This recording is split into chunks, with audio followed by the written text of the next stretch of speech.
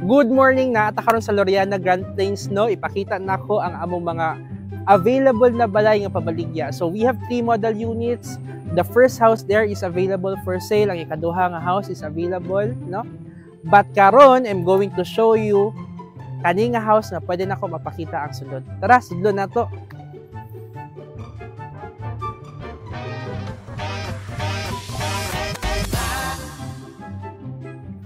So, kani pagsulod nimo, you have your car garage on the right side, and on your left side, you have your entryway, you have your walkway pasulod sa property. Okay?